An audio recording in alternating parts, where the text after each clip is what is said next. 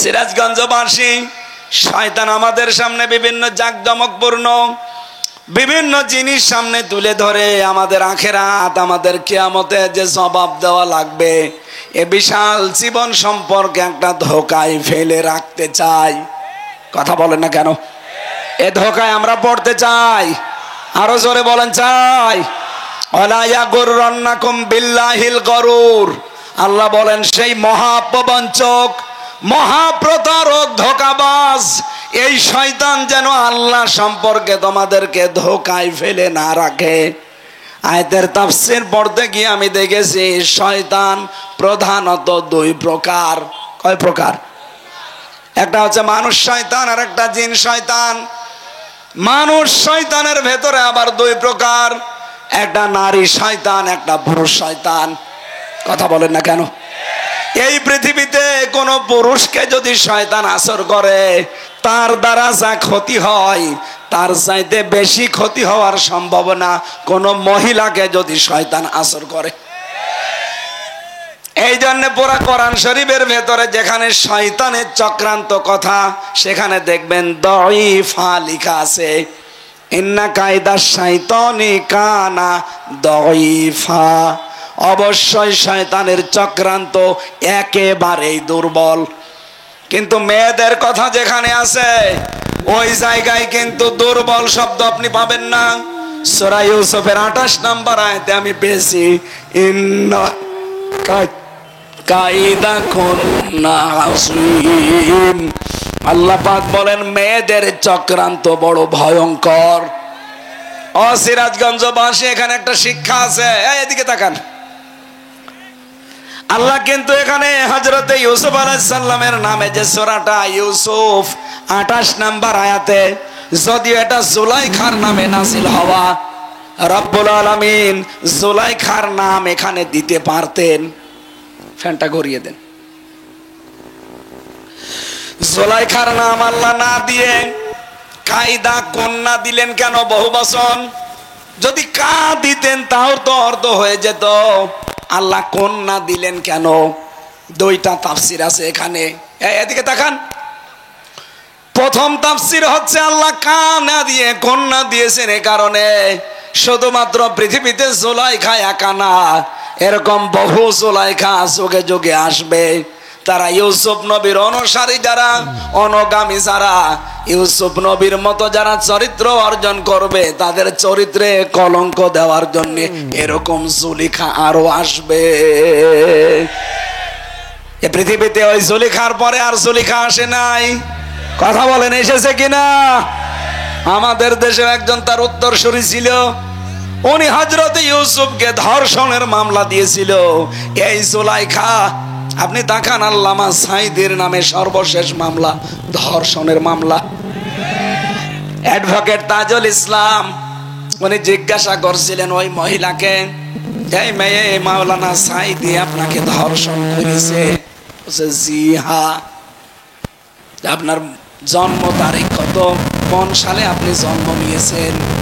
মেয়েটা বলছে আমি জন্ম নিয়েছি 1975 সালে।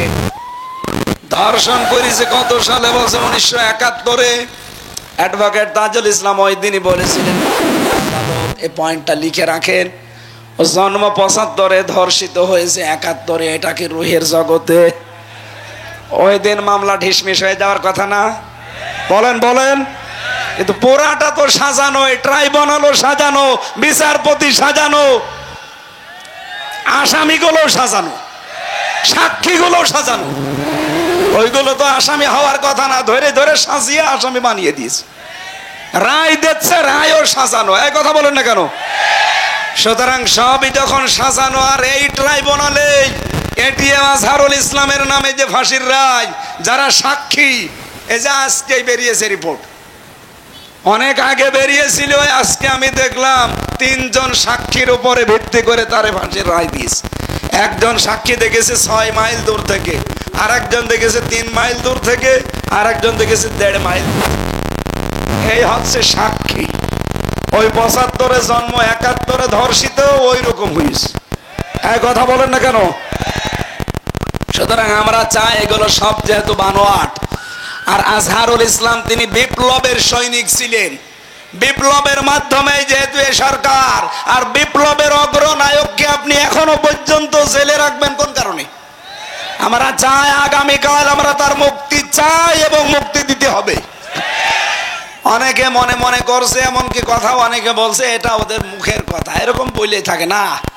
এদেশে একামতে দিনের দায়িত্বে যারা আছে, আল্লাহর কসমে কোরআন আমি মাথায় নিয়ে বলতে পারি, মন থেকে, সব না, কিছু মুনাফিক আছে, মন থেকে যারা একামতে দিনের দায়িত্ব পালন করে, তারা যদি একবার মুখ দিয়ে কিছু বলে না, ওটা কিন্তু তাদের মুখের কথা না, ওটা মনের কথা।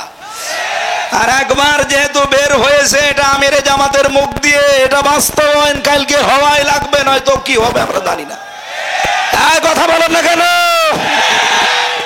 উনি তো যা মুখ দিয়ে বলে ওটা ওনার মুখের কথা না, ওটা মনের কথা। সুতরাং সেলিমউদ্দিন ভাই মুখ দিয়ে বলেছে, অনেকে বলছে এরকম বলেই থাকে। কিসের বলে থাকে আপনি কালকেই দেখতে পাবেন। খালি আমরা বলি না, মুখ দিয়ে যেটা বলি ওইটা আমার মুখে এবং মনে এক কথা। আমরা চাই এই অগ্রদূত, এই সৈনিকটাকে আর যেন জেলখানায় পৌঁছতে না দেওয়া হয়।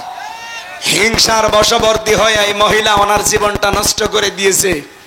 আমরা চাই শেষ জীবনে কিছুদিন মুক্ত বাতাসে আল্লাহর এই পৃথিবীটা দেখে যান। কয়েকদিন পর তো এমনি আল্লাহর কাছে চলে যাবে, কথা বলেন না কেন? সুতরাং এই জুলাইখার অনুসারী যারা, তাদের চক্রান্ত কিন্তু ছোটখাটো না, ভয়ঙ্কর। ওরা এখনো পর্যন্ত চক্রান্ত ওই দাদাদের পাশে বসে বসে চালাচ্ছে। যদিও একটা চক্রান্ত এখনো হালে পানি নেয়নি, আর সামনে কোন চক্রান্ত এদেশে বাস্তবায়ন হবেও না ইনশাআল্লাহ। যা বললাম দেখেন, দুইটা বললাম, উনি সাক্ষী দিয়েছে, ধর্ষিতা হয়েছে, আর ইরার তিনটা সাক্ষী। পোড়াটা যে সব বানোয়াট, সাজানো, মিথ্যা। একটু যাদের মাথায় মগজ আছে, চিন্তা করলে আপনি বুঝে ফেলবেন। সুতরাং এই নিরপরাধ মানুষটার পক্ষে কিন্তু দাঁড়ানো ইমানের এখন দাবি আমাদের। যদি রাজনীতি মনে করে চলে যান, আপনার উপরে আল্লাহ খুশি হবে না। কারণ অন্যায় কাজ দেখলে আপনাকে অবশ্যই বাধা দেওয়া লাগবে হাত দিয়ে। এটা যে অন্যায় আর কি বলার অপেক্ষা রাখে? সুতরাং যার যে সমর্থ আছে হাতের, ক্ষমতার, পাওয়ারের, ওই জায়গায় কালকে দেখাতে হবে। এটা যদি না হয় মুখ দিয়ে প্রতিবাদ, যদি আমরা ওই পর্যায়ে যাই, যদি এরপরও না হয়, অন্তরে আমরা ঘৃণা করব এবং পরিকল্পনা করব কি করে সত্যের পক্ষে দাঁড়ানো যায়। সুতরাং কিয়ামত সত্য না মিথ্যা? আরো জোরে বলেন। শয়তান মেয়েদের ভেতরে যেগুলো আছে, এগুলো যে কত ভয়ঙ্কর। নবীজি বলেন, কোন শয়তান যদি পরিবারে কোনো মহিলার উপরে ভর করে, ওই পরিবারটা পুরো ধ্বংস হয়ে যায়। এই বাংলাদেশে যেই পরিবারে মহিলা শয়তানের আসরে পড়েছে, ওই পরিবার আর পরিবার নেই, পুরাটা একটা মিনি জাহান্নাম হয়ে গেছে। দেখতে উপরে মনে হয় ভালো, না, ভালো নেই। আজ হাজারো পুত্রবধূ বসে আছে বিভিন্ন মহিলা প্যান্ডেলে। সম্মানিতা মা বোনেরা, আপনাদের কি হয়তো শয়তান আক্রান্ত করেছে? নাই তো নিজের মা বাবাকে যেই নজরে দেখেন, শ্বশুর শাশুড়িকে আপনি ওই নজরে দেখতে পারেন না। কোন কারণে? এটা শয়তানের একটা চক্রান্ত। এই কথা বলেন না কেন? অনেকে মনে করে আমি নামাজ পড়ি, রোজা রাখি, কালো বোরকা পরি, আমি জান্নাত পাবো না। কে পাবে? কে বলেছে আপনি? আপনার শ্বশুর শাশুড়িকে নিজের মা বাবার মতো মনে করা লাগবে। আমি একজন স্বামী, এইটা একটা স্বামী।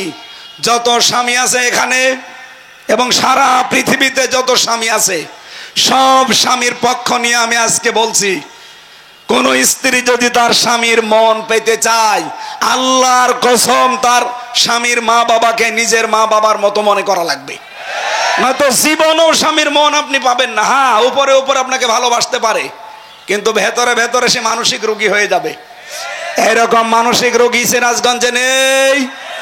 কার কার বউ এরকম মন ছোট? হাত তোলেন তো। এইভাবে হাত তোলা ঠিক না, এটা রেকর্ড হচ্ছে। সম্মানিত মা বোনেরা, বহু স্বামী কিন্তু হাত তুলে ফেলেছে। আশা করছে আপনি আচরণ সামনে আর করবেন না। আপনার শ্বশুর শাশুড়ি হবে আপনার কাছে আপনার মা বাবার মতো। আমি কয়েকদিন আগে নীলফামারী গিয়েছিলাম, যে দেখে একটা বৃদ্ধাশ্রম। এই কোলে 25 জন মা, এই কোলে 25 জন বাবা বসে আছে। চোখ দিয়ে টলমল করে পানি পড়ছে। আমি দুইজনের সাথে কথা বললাম, একজন বলছে আমার ছেলে ডিসি, আর একজন বলছে আমার ছেলে আমেরিকায় থাকে। আপনারা বলছে 3 বছর আমরা পড়ে আছি, ছেলে মাঝে মাঝে টাকা পাঠায়, আমার বউ মা শুধু ঘ্যানর ঘ্যানর করে আর বলেছে ওই বুড়ি যদি বাড়ি থাকে তোমার ভাত আমি খাবো না। বাধ্য হয়ে ছেলে আমার ডিসি আমারে রেখে গেছে এখানে। আপনি চিন্তা করতে পারেন, এই সিরাজগঞ্জ পুরা জেলা চালায় একটা ডিসি, সেই ডিসির মা এখন পড়ে আছে বৃদ্ধাশ্রমে 2 দিন 3 দিন না 3 বছর, এই পুত্রবধূর ছোট মনের কারণে। বাড়িতে থাকলে কি হইতো, সে শেষ বয়সে একটু নাতি নাত করে একটু আনন্দে থাকতে চায়, এই কথা বলেন না কেন? বৃদ্ধাশ্রমে যারা আছে তারাই কিন্তু এইটা চায়, খুব বেশি তাদের চাহিদা নেই। কিন্তু এই পুত্রবধূদের ছোট মনের কারণে আজ হাজারো সন্তান মা বাবাকে হয় আলাদা করে দেয়, নাই বৃদ্ধাশ্রমে রেখে আসে, নাই বড় ছেলের আন্ডারে দিয়ে দেয় নেন। অথচ এই মার পেটে 8টা 10টা 15 20টা সন্তান জায়গা হয়েছে, আর এই 20টা সন্তানের বাড়িতেও মায়ের জায়গা হয় না, 7 দিন শুধু পালাপালি করে খাওয়ায়। আপনি মানুষ, আরো তো মাকে নিয়ে কাড়াকাড়ি করা দরকার। নবীজি জানিয়েছে যে মায়ের পেছনে খরচ করে ওটা খরচ না, ওটা সাদগা। কোন বউ যদি চায় যে আমার স্বামী আরো বেশি দিন বেঁচে থাক, আমার স্বামীর সম্মান মর্যাদা টাকা পয়সা আরো বেশি দিন বেড়ে যাক, সেই বউ যেন স্বামীকে বলে স্বামী তুমি যাই করো রক্তের সম্পর্কগুলো ঠিক রাখো। একটা মানুষের সাথে সবচাইতে বেশি রক্তের সম্পর্ক তার মা বাবার, আর সেই মা বাবাকে আপনি দেখতে পারেন না। সম্মানিত পুত্রবধূ যারা আছেন, সম্মানিতা মা এবং বোনেরা, হয়তো মন খারাপ হচ্ছে যে হুজুর যেন জীবনার এলাকায় না আসে, আমার আর আসার দরকার নেই, কিন্তু আপনি নিজেকে সংশোধন করেন। সত্যি কথা বলছি, আপনি স্বামীর মন জীবনেও পাবেন না। হ্যাঁ, ওপরে ওপরে সংসার করার জন্যে ছেলে মেয়ে হয়ে গেছে, এখন মন থেকে কি করা যাবে একটু মেনে নেয়, কিন্তু মা বাবাকে যে কষ্ট আপনি দিচ্ছেন, অনেক মা বাবা এরকম আছে, এটা মা বাবা না, এটা ডাইনি। নিজের মেয়ে দোষ করলে মাফ করে দেয়, কাজ না জানলে কাজ শিখিয়ে দেয়, আর অন্যের একটা মেয়ে এসেছে কিছু হলে আগে ছেলের কানে কানে তুলে দেয়। এইরকম ডাইনি মা দেশে নেই? এই মহিলা ব্যান্ডের এরকম ডাইনি মহিলা কারা আছেন? হাত তোলেন তো। তুলেছে, হাত তুলেছে না? শাশুড়ি যারা বসে আছেন, শুধু নামাজ পড়ে রোজা রেখে কালো বোরকা পরে জান্নাত যেতে পারবেন না। মাস্ট বি আপনাকে ওই মেয়েটাকে নিজের মেয়ের মতো মনে করা লাগবে। আমরা তো চাই পরিবারটা একটা মিনি জান্নাত হয়ে যাক, এই কথা বলেন না কেন? কিন্তু শয়তান যেহেতু মেয়েদেরকে আসর করে, আর শয়তান কোন মহিলাকে যদি একবার ধরে, ও কি জিন শয়তান থাকে না ভয়ঙ্কর শয়তান হয়ে যায়? পরিবারটা নষ্ট হয়, সমাজ নষ্ট হয়, আর রাষ্ট্রের প্রধান ছিল, রাষ্ট্রটাও নষ্ট করে ফেলেছে। এই জন্য নবীজি জানিয়েছেন ওই জাতি কখনো সফল হতে পারে না সেই জাতির নেতৃত্বে কোনো মহিলা আছে। আজ 54 বছর আমরা আজ সফল হতে পারি না, আমার মনে হয় এই কারণে, কারণ নবীর কথা মিথ্যা হবে না। এই জন্য আগামী থেকে ক্ষমতার চেয়ারে কোনো মহিলা বসতে পারবে না। এটা আপনারা চান না? এটা রেকর্ড হয়, কারা কারা চান দেখি, লিল্লাহে তাকবীর।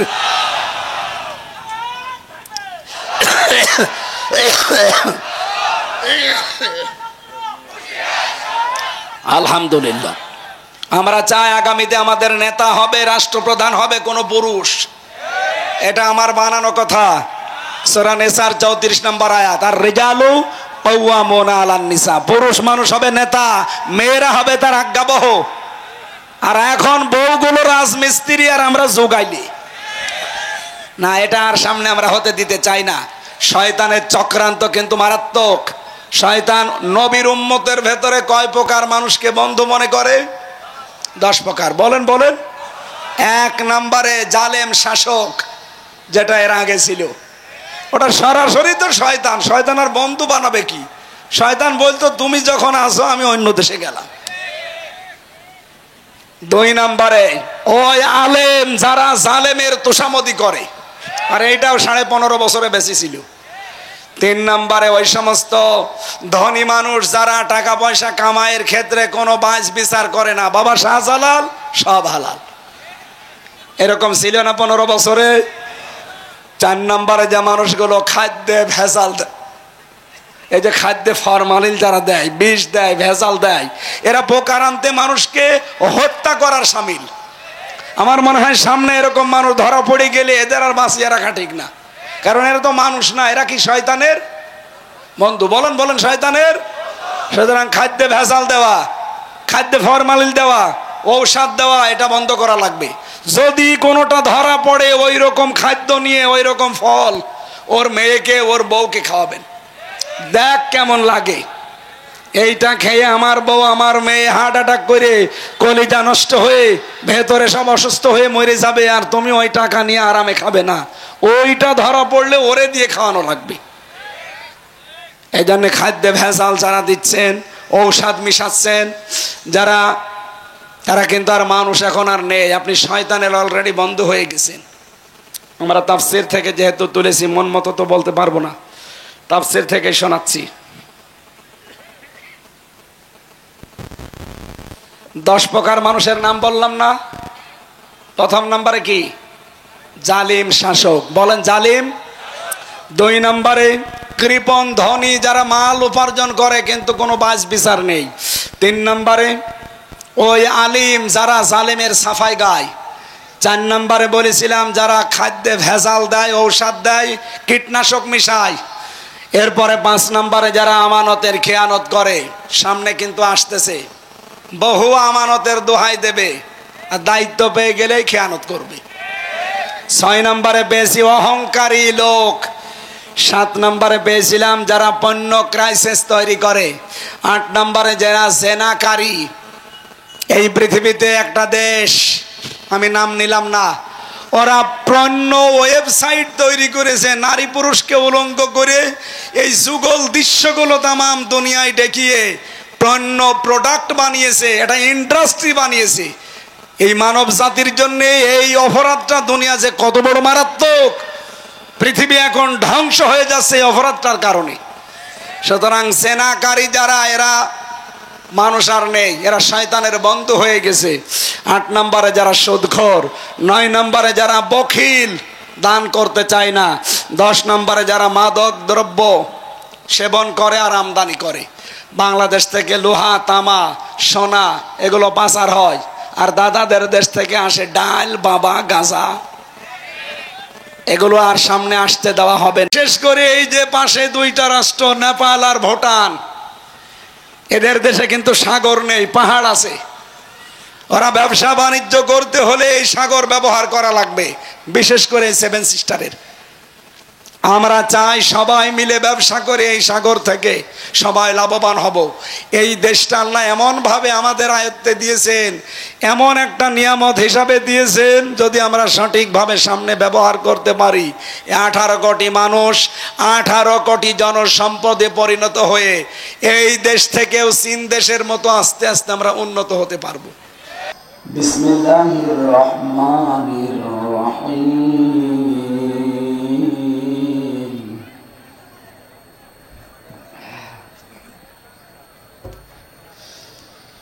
يا أيها الناس إن وعد الله حق فلا تغرنكم الحياة الدنيا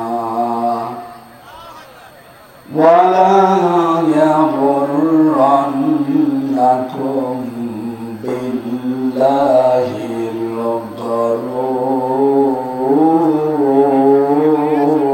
الغرور صدقت يا ربنا اللهم صل على سيدنا مولانا محمد। আপনারা এখনো যারা দাঁড়িয়ে আছেন, কয়বার বলা লাগবে আপনাদের? ওখানে বসা যায় না, পরিবেশ সুন্দর করা আপনার দায়িত্ব। বসেন। আর যারা এখনো দাঁড়িয়ে আছেন বসে পড়ে, বসে। আমরা 1 ঘন্টা কথা বলবো একেবারে ক্লাসের আকারে। আমাদের অভিভাবক, আমাদের মাথার তাজ, আমাদের রাহবার, ওনার একটা অনুষ্ঠানে আমাদেরকে আদেশ দিয়েছিলেন, যারা কোরআনের ময়দানে কথা বলে তারাই আসালি পাসালি এদিকে ওদিকে না যেয়ে অন্তত আপনি 1 ঘন্টা বলেন, কিন্তু কোরআনের মূল মেসেজটা যেন মাথার ভেতরে ঢুকিয়ে মানুষ বাড়ি দিতে পারে। আমি মুসা নবীর কাহিনী শুরু করলাম 2.5 ঘন্টা, যাওয়ার পর আপনার কিছু মনে নেই, তো সাদা বলে আমি করবো কি? এখানে এমন কিছু আমরা বলতে চাই, তেলাওয়াতকৃত আয়াত থেকে আপনারা লিখে দিয়েছেন তাফসীর ও কোরআন মাহফিল। তাফসীর মাহফিল লিখেছেন, আমরা তাফসীর আকারে কথা বলতে চাই ইনশাআল্লাহ। ক্বালু সুবহানাকা লা ইলমা লানা ইল্লা মা 'আল্লামতানা ইন্নাকা আনতাল আলিমুল হাকীম। বাংলাদেশের ঐতিহ্যবাহী জেলা সিরাজগঞ্জ উল্লাপাড়া থানার অন্তর্গত, এবং এটাকে নাকি উল্লাপাড়ার মদিনা বলা হয়। মদিনা যেমন সুরক্ষিত, এই এলাকাটা অন্তত সুরক্ষিত আমরা বিশ্বাস করি। মনোহারা ফুটবল মাঠ সংলগ্ন কেন্দ্রীয় জামে মসজিদের উন্নয়ন করবে 27তম বৎসরে। এটা 27 বছর, 56 বছর, 77 বছর এরকম চলতেই থাকবে। হয়তো আমরা এখানে আর থাকবো না, কিয়ামত পর্যন্ত এটা চলতে থাকবে। কোরআনের কথা যারা বলে, কোরআনের সাথে যারা আছে, এদেরকে নিয়ে আজ কিছু মানুষের অলরেডি আমরা চলকানি দেখতে পাচ্ছি। আমি কয়েকটা কথা 2 মিনিটে বলছি, একটু ভালো করে। এটা রেকর্ড হচ্ছে, সারা দেশে যাবে, এই জন্য বলছি। বিএনপির নেতাদের থেকে বাম এবং রামদের মতো বক্তব্য জাতি প্রত্যাশা করে না। যদি ঠিক হয় আপনি জবাব দেবেন, কারণ এটা রেকর্ড হচ্ছে। তো বিএনপির নেতাদের থেকে বাম এবং রামদের মতো বক্তব্য জাতি আশা করে না। বিএনপির কিছু নেতা এখন প্রকাশ্য ইসলাম বিরোধী বক্তব্য দিচ্ছে। আমি কয়েকজনের নাম নিয়ে বলতে পারি, কিন্তু নামগুলো নিলাম না। যা শহীদ জিয়ার মন ও মননের সাথে সাংঘর্ষিক, এদেরকে থামাতে হবে। নচেত এদেশের বিএনপি ও ইসলামপন্থী দলগুলো মুখোমুখি হয়ে যাবে। তখন আওয়ামী ফ্যাসিস্টরা আবারও মাথা তুলে দাঁড়ানোর সুযোগ পাবে। বিএনপি একটা বড় দল, পরবর্তীতে তারা যদি ক্ষমতায় আসে এটা স্বাভাবিক, কিন্তু তাদের আচরণ দিন দিন চরম বিব্রতকর হয়ে পড়ছে। বিশেষ করে চাঁপাইনবাবগঞ্জের সাবেক, আমি এমপি বলি না, কারণ এই 3 বছরে যারা এমপি, 3 বারে যারা এমপি হয়েছে, এরা এমপি না, এরা চোর। সুতরাং সাবেক এই নেতা হারুনুর রশিদ এবং তার স্ত্রী পাপিয়া, আমার মনে হয় শেষে অন্তস্তায়াকার বাদ দিলে যেটা হয়, উনি সেটা কি হয়। এরপরে কিশোরগঞ্জের জনাব ফজলুর রহমান, আমি নাম নিলাম না পরবর্তীতে। আর গত 2 দিন আগে আপনারা দেখতে পাচ্ছেন বাগেরহাটের মংলা বিএনপি নেতা জুলফিকার আলী, উনি রাজনৈতিক দলের একটা গঠনমূলক নাকি সমালোচনা করছিলেন। এই জন্য বলতে বলতে বলেছেন যে কোরআনে কারীম ভাওতাবাজি। তার মানে এটা বোঝাতে চেয়েছিলেন যে কোরআন, জামাত ইসলাম, শিবির, এরা কোরআনের কথা বলে, এরা ভাওতাবাজি করে। এদের এই ভাওতাবাজি বন্ধ করা দরকার। কোরআন দিয়ে যারা কথা বলেন, নবীজি বলেন মান ক্বালা বিহি সাদাকা, এরাই সত্য কথা বলে। সুতরাং আপনি যদি কোরআন কেন্দ্রিক মানুষগুলোকে ভাওতাবাজি বলেন, আল্লাহর কোরআনকে বোকা আনতে, এটা নবীর গায়ে যাই লাগে। এই জন্য তাকে ক্ষমা চাইতে হবে। অলরেডি তিনি জাতির কাছে ক্ষমা চেয়েছেন। আগামীতে এরকম ভুল যেন আর কেউ না করে। জনগণ মুখ ফিরিয়ে নিলে কিন্তু উপায় থাকবে না। এটা তারেক জিয়ার কথা। কি কথা বলে না কেন? তারেক জিয়া বারবার সতর্ক করছে, আপনি যত বড় দলেরই নাম বলেন, জনগণ যদি মুখ ফিরিয়ে নেয় তখন কিন্তু বিএনপির অস্তিত্ব থাকবে না। ভুলে গেলে চলবে না, ইমরান খান পাকিস্তানের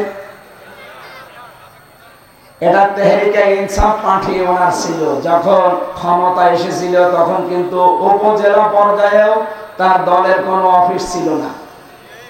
উপজেলা পর্যায়ে এমন এমন জায়গা আছে সেখানে তার দলীয় কোনো অফিস ছিল না, কিন্তু পাকিস্তানের বড় দলগুলো তার কাছে পরাস্ত হয়েছিল। সুতরাং সাধু সাবধান। বিতর্কিত বক্তব্য আমরা সামনে আর কারো কাছ থেকে আশা করি না, বিশেষ করে শহীদ জিয়ার হাতে গড়া এই মাজলুম দলটা।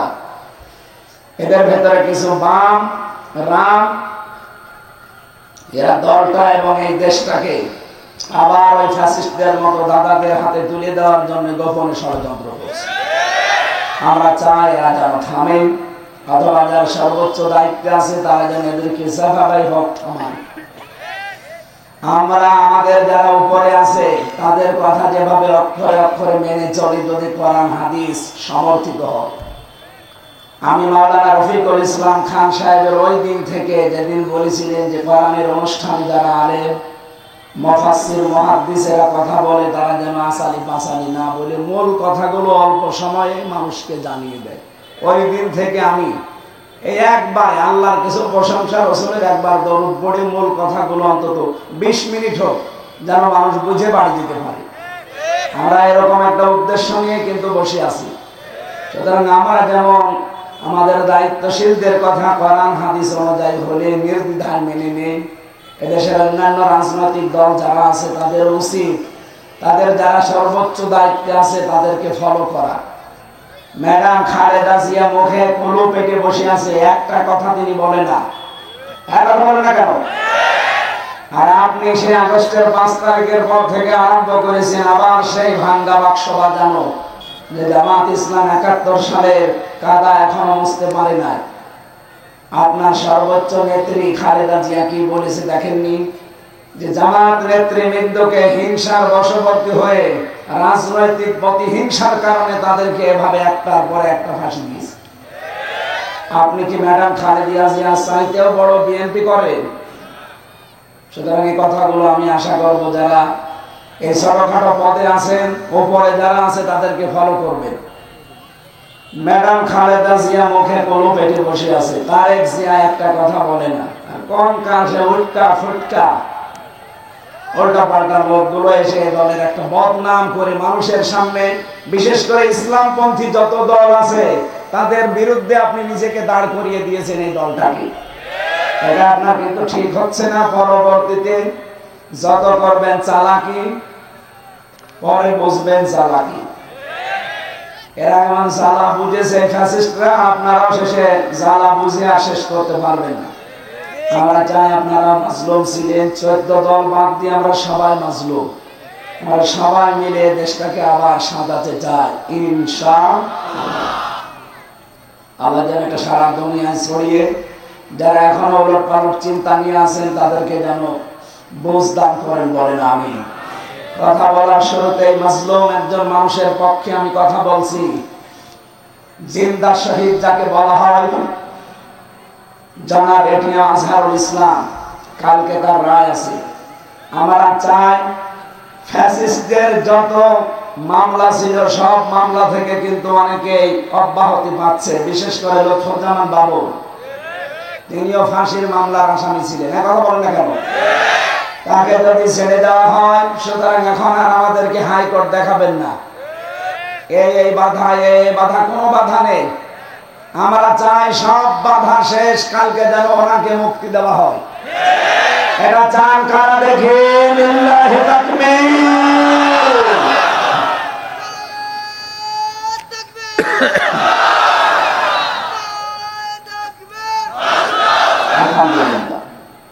আমরা জানি হুদায়বিয়ার সন্ধি হয়েছিল, বিশ্বনবী 1399 জন নিয়ে শপথ বাক্য পাঠ করিয়েছিলেন একজন নিরপরাধ মানুষের হত্যার বদলা নিতে। তিনি হযরত ওসমান ইবনে আফফান। ওরা যখন ঘোষণা দিয়েছে যে ওসমানকে মেরে ফেলা হয়েছে, নবীজি বললেন হজের ইহরাম খুলে ফেলো, রোজা রেখেছে রোজা ভেঙে ফেলো, এই বাবলা গাছের নিচে আমার হাতের উপরে হাত দাও। ইয়াদুল্লাহি ফাওকা আইদিহিম, ওই হাতগুলো আল্লাহর হাতের উপরে ছিল। নবীজি 1399 জনকে বললেন আমার হাতের উপরে হাত লাগাও, এটা আল্লাহর হাতের উপরে হাত লাগানোর শামিল। আমি দুইটা ফরজ বিধান এখন অলরেডি লঙ্ঘন করে ফেলেছি, একটা রোজা আর একটা হজ। কেন? একটা নিরপরাধ মানুষকে ওরা মেরে ফেলেছে, এই হত্যার প্রতিশোধ না নিয়ে আমরা কেউ মদিনায় ফেরত যাব না। নবীজি একা যেতে পারতেন, প্রতিশোধ নিতে না। 1399 জনকে তিনি বায়াত গ্রহণ করালেন, শপথ বাক্য পাঠ করালেন এবং নিজে সর্বশেষ নিজের এই বাম হাতটা উপরে তুলে দিলেন। সাহাবীরা বলেন, হুজুর এইটা কি?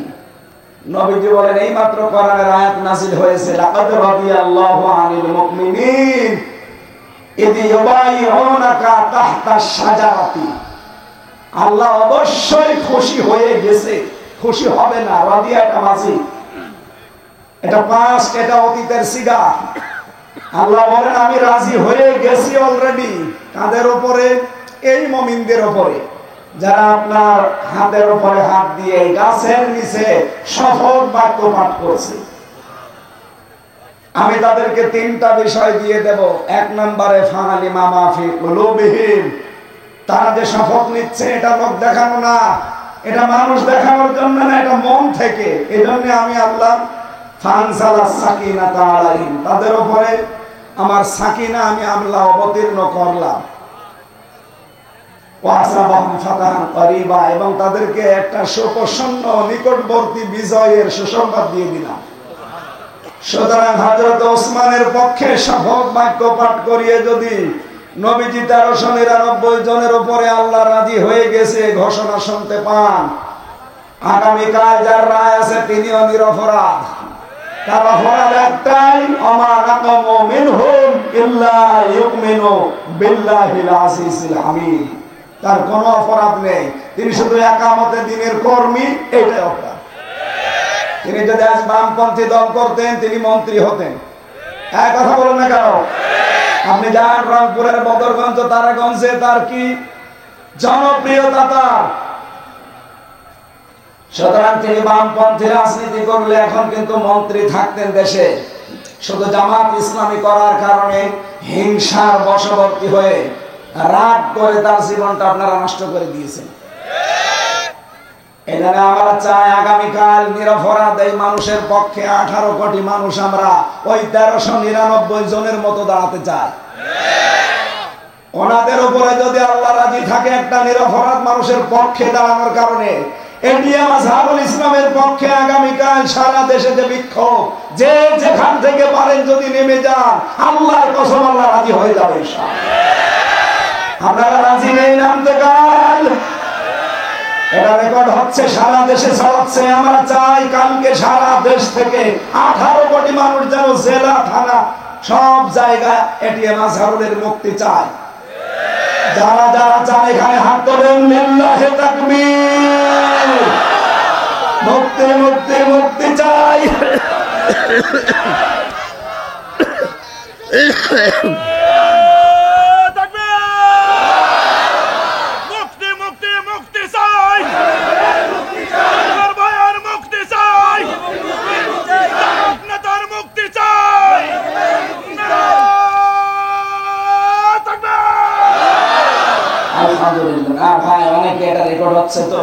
বিভিন্ন জায়গায় এখন লাইভ চলছে, অনেকে মনে করবে যে এটা রাজনীতি। আল্লাহর কসম এটা রাজনীতির উদ্দেশ্যে আমি বলি নাই, বলেছি আমার ঈমান থেকে। 1500 বছর আগে হযরত ওসমান নিরপরাধ ছিলেন, তার পক্ষে দাঁড়িয়ে যদি 1399 জন যারা বায়াত নিচ্ছিল তাদের উপর আল্লাহ রাজি হয়। আমরা নিজে দেখেছি জেলখানায় আমরা 2 জন, সে একটা নিরপরাধ মানুষ, মুরব্বী মানুষ, তার জীবনটা নষ্ট করে দিয়েছে হাসিনা। খালি রাগ করি, হিংসার বশবর্তী হয়ে এই মহিলা বহু মানুষের জীবন নষ্ট করেছে, তার ভেতরে আজহার ভাই। আমরা চাই তার শেষ জীবনটা সে যেন পরিবারের কাছে কাটাতে পারে। তার স্ত্রীটাও বিদায় নিয়েছে, অন্তত ছেলে মেয়ে যেগুলো আছে তাদের কাছে শেষ বয়সে যেন অন্তত কিছুটা হলেও শান্তি পায়। কোরআনের পাখিকে ফিরতে দেয়নি, ইনজেকশন দিয়ে মেরে ফেলেছে। অন্তত এই লোকটা এখন আছে, সবাইকে যখন ছেড়ে দিচ্ছে মানবতার খাতিরে হলেও তারে দেন। লুৎফুজ্জামান বাবরকে ছেড়ে দিলেন কোন কারণে বলেন? সেও তো ফাঁসির আমার আসামি ছিল। আমি নিজে তার সাথে 4 দিন ছিলাম। সে বলতো না যে আমি জীবনে আর কোনোদিন ফিরে যাব, আমার শেষ। সে যদি তারপরও ফিরে এসে এখন উমরা হতে যেতে পারে, আমরাও চাই কাল আগামীকাল যেন এটিএম আজহারুল ইসলাম বেরিয়ে উনি আবার আল্লাহর ঘর তাওয়াফ করতে যেতেন। এটা আমরা দেখতে চাই না। আমি এই জায়গা থেকে কিন্তু বলেছি, কোনো উদ্দেশ্য নিয়ে না। আমি নবীর হাদিস 100% বিশ্বাস করি। সূরা ফাতহার 18 নম্বর আয়াতটা আমি 100% বিশ্বাস করি। আগামীকাল যারা রাজপথে এটি আজহারের জন্য মুক্তির জন্য নামবেন, আমার মনে হয় আল্লাহ আপনাদের উপরেও ওই মানুষগুলোর উপর যেমন রাজি হয়েছিলেন রাজি হয়ে যান। যে যেখান থেকে পারি আমরা এই নিরপরাধ মানুষের পক্ষে দাঁড়াবো ইনশাআল্লাহ। এখানে কোনো দল মত নেই। 18 কোটি মানুষ আমরা নামতে চাই। কথা বলেন, আল্লাহ যেন আরো সে কবুল করে, আমিন। সম্মানিত সভাপতি আমার আরাফাতের ভাই আলহাজ মাওলানা আব্দুল মালিক, এখানে লেখা আছে আলহাজ আলহাজ্জু ইয়াহদিমু মা কানা ক্বাবলা। নবীজি বলেন যারা হজ করে তাদের পেছনের সব অপরাধ আল্লাহ মাফ করবে। কিন্তু 3টা কথা তারা কাবা শরীফ ঘুরতে ঘুরতে বলে, এই কথাগুলো বাংলাদেশে এসে ঠিক রাখা লাগবে। তারা কাবা ঘর তাওয়াফ করতে বলে ইন্নাল হামদা, যত প্রশংসা এখন থেকে করব আল্লাহ তোমার জন্য। এই জন্য হামদের আগে আলিফ লাম আছে, এর আগে ইন্না আছে। যারা আরবি গ্রামার বসে এখানে তো বহু আলেম আছে। আল্লাহ ইন্না যদি না দিতাম, আলিফ লাম না দিতাম, তাও অর্থ হয়ে যেত বাংলা। কেন আমি নির্ধারিত করে দিলাম? আল্লাহকে আমি শোনাচ্ছি, আল্লাহ আজকে থেকে যতদিন আমি বেঁচে আছি, আমি তো মরেই গিয়েছিলাম। কারণ যখন আমি সাদা কাপড় পরলাম, ওটা তো সাদা কাপড় না, ওটা কাপড়ের কাপড়। মানুষ মরে গেলে তাকে গোসল দিয়ে সাদা কাপড় পরানো হয়। আর আমি নিজেই মরে গেছি, নিজেই গোসল দিয়েছি, নিজেই কাপড় পরেছি। তার মানে এখন যে কয়দিন বেঁচে আছি, এটা আমার বোনাস হায়া। কথা বলে না? এই বোনাস লাইফে যেই কয়দিনই আমি আছি, আমি তোমার ছাড়া আর কারো প্রশংসা করব না। 2 নম্বরে নিয়ামাতা লাকা, যত নিয়ামত আমাকে দিয়েছো আজকে থেকে সব তোমার জন্য ব্যয় হবে। ক্ষমতাও আল্লাহর নিয়ামত। বলেন বলেন, আমি যদি ক্ষমতায় যেতে পারি, এই নিয়ামতটা ব্যবহার করব কার জন্যে? আরো জোরে। আমার ব্যক্তিগত স্বার্থে, আমার পারিবারিক স্বার্থে, আমার দলীয় স্বার্থে, আমার গ্রামবাসীর স্বার্থে না। আমি দেখবো এটাকে আল্লাহর স্বার্থ আছে কিনা। এই জন্য হযরত ইউসুফ নবী কিন্তু দায়িত্ব চেয়ে নিয়েছিলেন। ক্বালা জাআলনি আলা খাযাইনিল আরদি ইন্নী হাফিজুন আলীম। হযরত ইউসুফ বলেছিলেন, বাদশাহ আপনি আমাকে বাইতুল মালের যে দায়িত্ব অর্থমন্ত্রীর, এইটা আমারে দিন, আমি সংরক্ষণ করতে পারবো এই দায়িত্বটা সুচারুরূপে।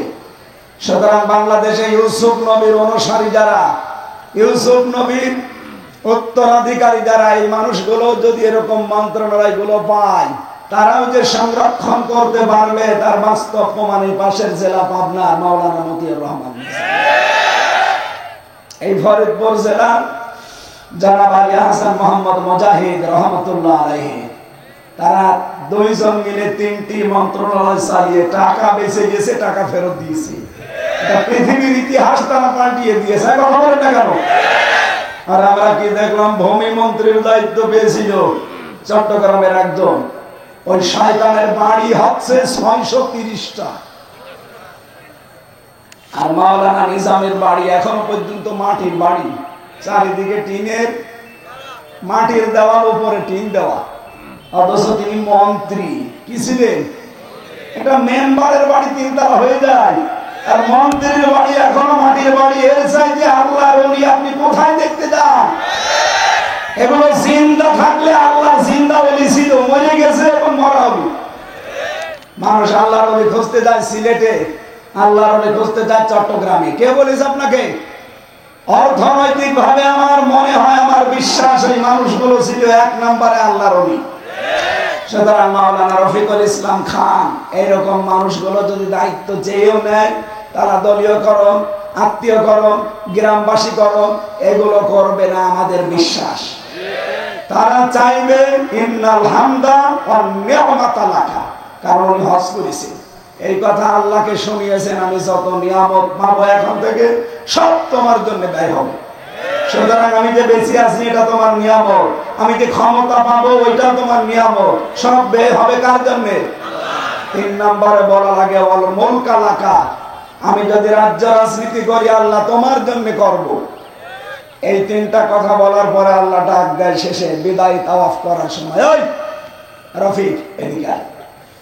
সর্বশেষ কথা বলে বাংলাদেশে যা লা শারিকা লাকা লাব্বাইক, শেষ কথা এটা বলা লাগে আল্লাহ আমি চলে যাচ্ছি, তোমার আমি গ্যারান্টি দিয়ে গেলাম আমি কিন্তু মুশরিক না, আমি শিরিক করব না, জীবনে আর যাই করি শিরিক করব না। সুবহানাল্লাহ বলতে পারেন না?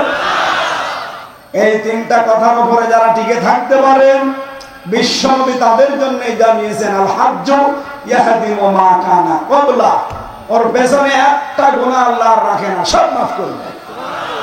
এই যে শবে বরাত চলে গেল, সামনে শবে কদর আসতেছে, আল্লাহ সবাইকে মাফ করে দেয় পৃথিবীতে, শুধু 2 শ্রেণীর মানুষ বাদ দিয়ে। 1 নম্বরে যারা মুশরিক, যারা শিরিক করে। 2 নম্বরে যে মানুষগুলো হিংসুক, যারা বিদ্বেষ রাখে। আর এই 2টা গুণ বাংলাদেশে বেশি। ওমা ইউমিনু আকসারুহুম বিল্লাহি ইল্লা হুম মুশরিকুন। হে নবী আপনি মুসলমান দেখতে পাচ্ছেন, ঈমানদার দেখতে পান, হ্যাঁ এরা ঈমানদার কিন্তু অধিকাংশগুলো মুশরিক। এরা ঈমানের দাবি করে ঠিক আছে কিন্তু এরা কি মুশরিক কারে বলে?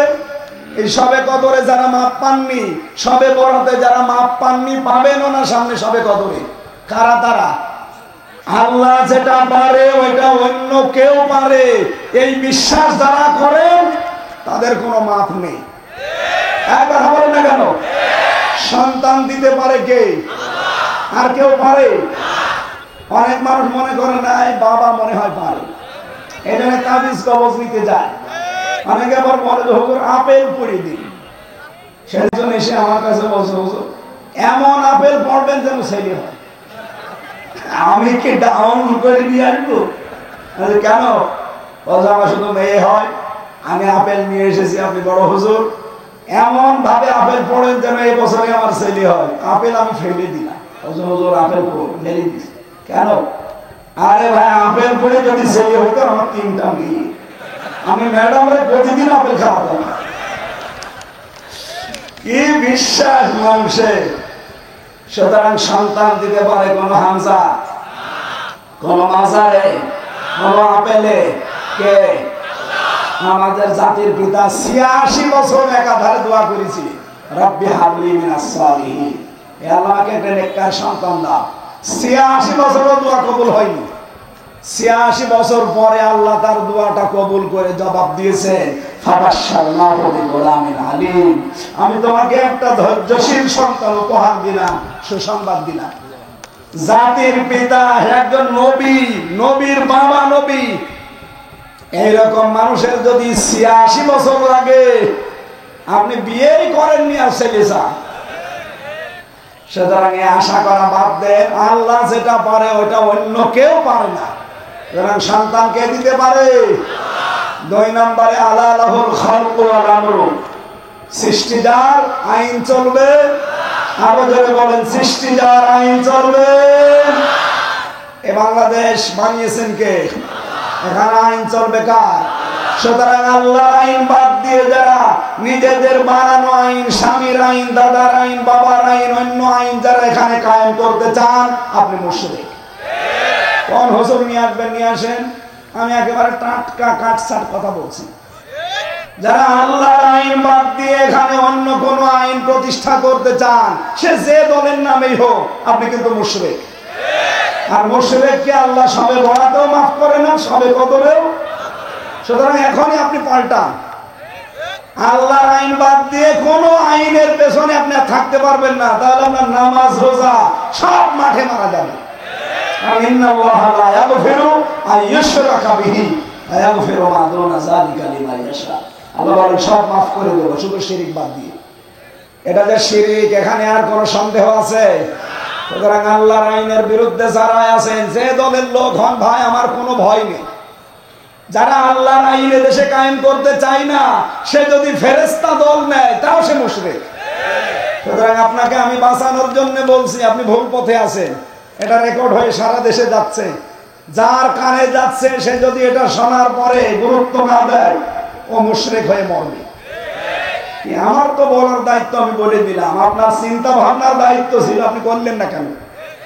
আপনি চিন্তা করতে পারেননি যে আল্লাহুল খালকু ওয়াল আমরু, এটাকে আমার বানানো আয়াত।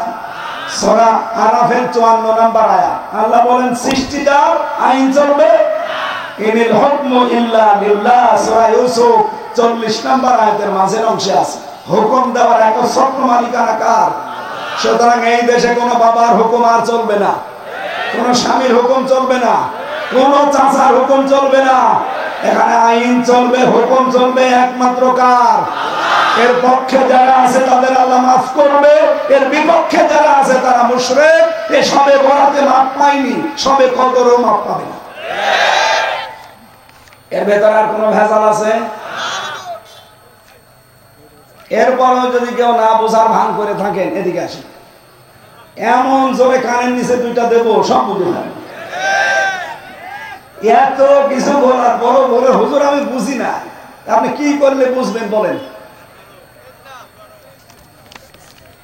সুতরাং যে আজকের সভাপতি আমার আরাফাতের ভাই, আল্লাহ যেন তাকে ওই 3টা কথা কাবা শরীফ সামনে নিয়ে যেটা বলেছিলেন ওটা ঠিক রাখার তৌফিক দেন, বলেন আমিন।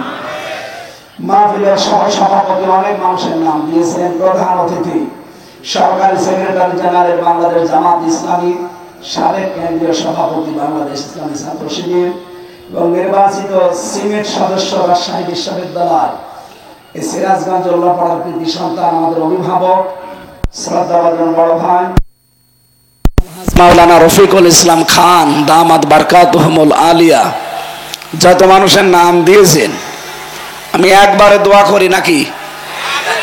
একবারে করি, কারণ আমার গলায় পারছে না তো।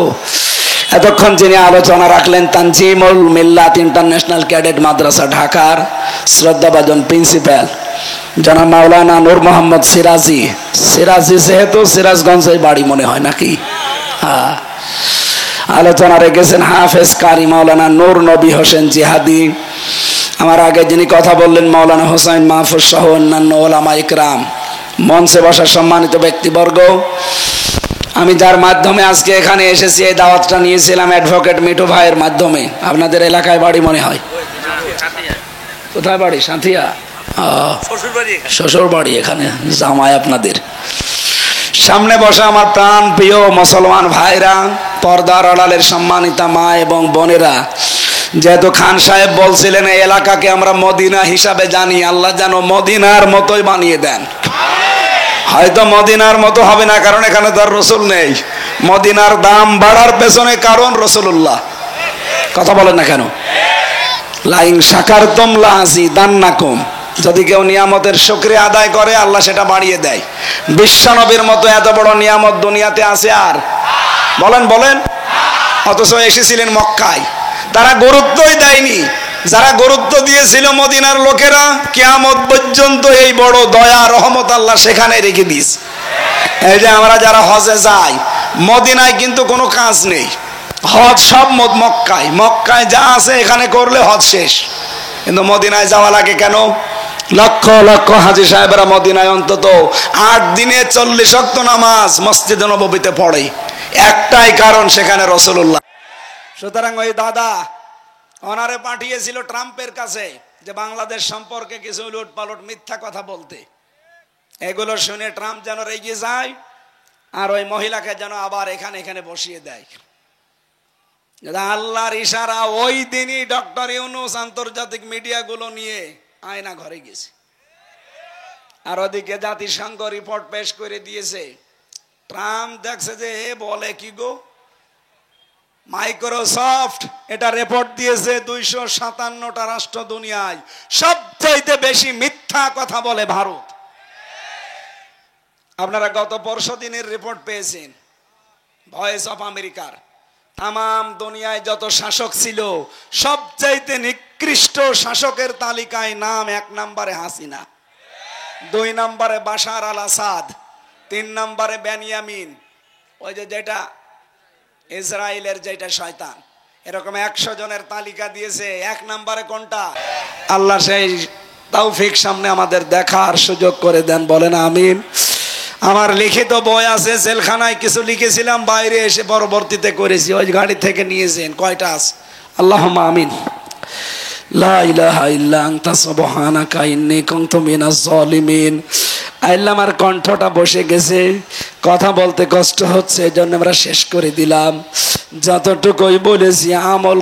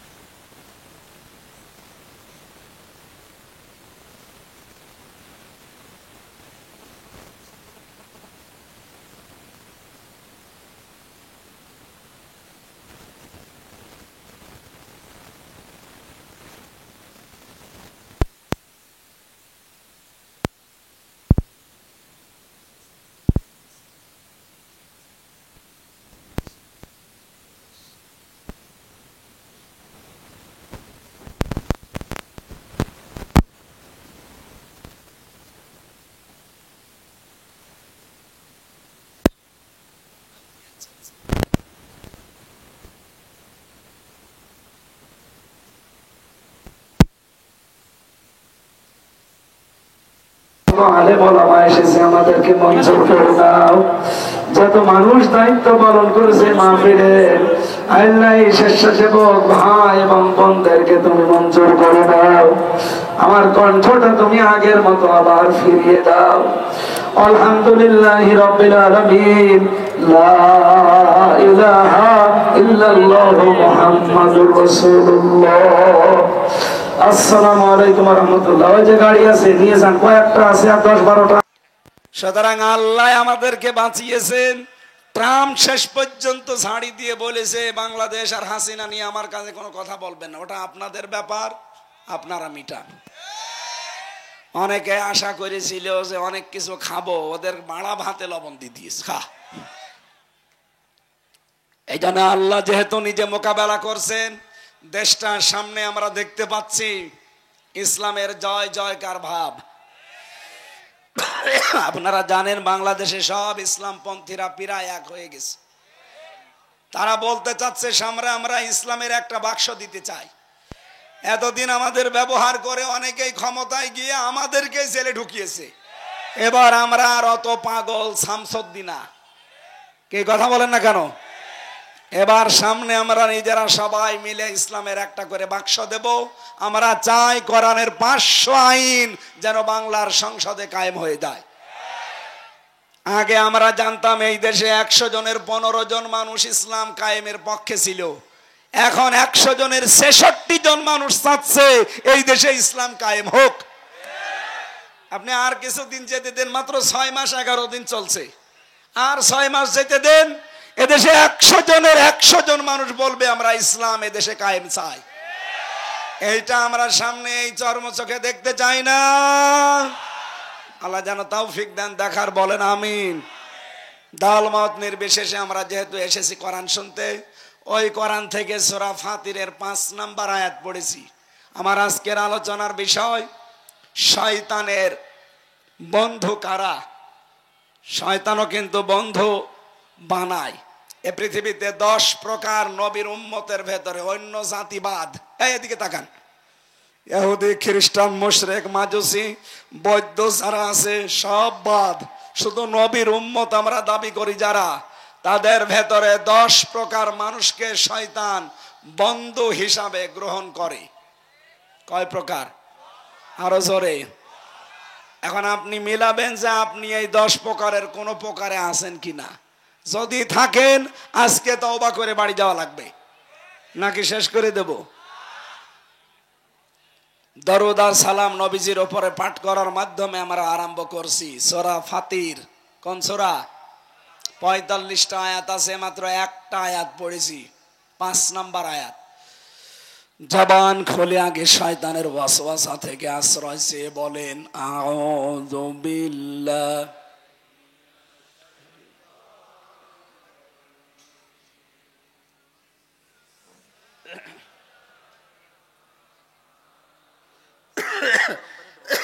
না না, কিচ্ছু লাগবে না। ইয়া আইয়ুহান নাসু ইন্না ওয়াদাল্লাহি হক। সাদাকাল্লাহুল আযীম। আল্লাহ রাব্বুল আলামিন ডাক দিয়েছেন শুধুমাত্র এই পৃথিবীর মুসলমানদেরকে না, যাদের আল্লাহ বানিয়েছেন তাদেরকেই। ইয়া আইয়ুহান নাস, হে মানব মণ্ডলী, ইন্না ওয়াদাল্লাহি হক, অবশ্যই আল্লাহর ওয়াদা সত্য। আল্লাহর ওয়াদা সত্য না মিথ্যা? আল্লাহ রাব্বুল আলামিন যদিও আয়াতে রুকুতে আমরা পড়েছি তাফসিরে ইবনে কাসিরে, তিনি এখানে কিয়ামতের একটা দৃশ্য আমাদের সামনে তুলে ধরেছেন যে কিয়ামতের যে ব্যাপার, এটা কিন্তু হাস্যকর না, এটা খেলাচোরা না, এটা পাগলামির বিষয় না। কিয়ামত সত্য, হক। ফালা তাগুররান্নাকুমুল হায়াতুদ দুনিয়া, সুতরাং দুনিয়ার জীবন যেন তোমাদেরকে ধোঁকায় ফেলে না রাখে। ওয়ালা ইয়াগুররান্নাকুম বিল্লাহিল গরুর, আর ওই মহাপ্রবঞ্চক শয়তান তোমাদেরকে যেন আল্লাহ সম্পর্কে ধোঁকায় ফেলে না রাখে। এটা ছিল বাংলা অর্থ। এবার আসেন তো, আল্লাহ ডাক দিয়েছেন তামাম দুনিয়ার মানুষকে, যেটা বোঝাতে সেটা একটা ওয়াদা। সেটা কি? এই কোরআনে আল্লাহর 500 ওয়াদা আছে। রব্বুল আলামিন বলেন, আমার এই ওয়াদাগুলো যদি মানুষ পালন করতে পারে, পূরণ করতে পারে, জেল থেকে বেরিয়ে ভাই আমি এখনো স্বাভাবিক না, মানে শরীরও দেবী আছে, কণ্ঠও দেবী আছে। জালেমরা তো বহু টর্চার করেছে, এই কারণে আমার শরীর স্বাভাবিক হচ্ছে না। দোয়া করছে না, ঠান্ডা পানি খেলে গলা আরো বসিতে হবে। দরকার হয় চা থাকলে দেন, না থাকলে দেওয়ার দরকার না, এই বাতাসটা ছেড়ে দেন।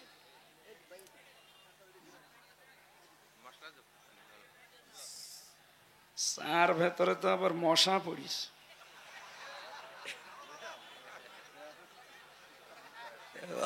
5 টাকার চা মশা পড়বে না, হাতি পড়বে। আমার মনে হয় এটা পাল্টিয়ে দিলে ভালো। মশা একটু গরমটা থাকলে দেন। সুবহানাল্লাহ, আলহামদুলিল্লাহ। বসেন, বসেন বসেন বসেন। আপনার জন্য যদি ডিস্টার্ব হয় না কারো, সুবহানাল্লাহ আলহামদুলিল্লাহ লা ইলাহা ইল্লাল্লাহ, সুবহানাল্লাহ আলহামদুলিল্লাহ লা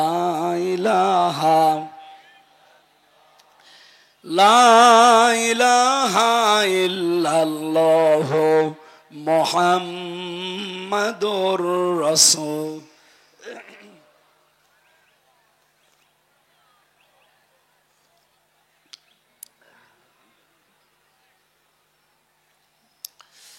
আমার ভাইরা, আল্লাহ যেহেতু তামাম দুনিয়ার মানুষদের কাছে ওয়াদা দিয়েছেন, পুরা কোরআনে কয়টা বললাম?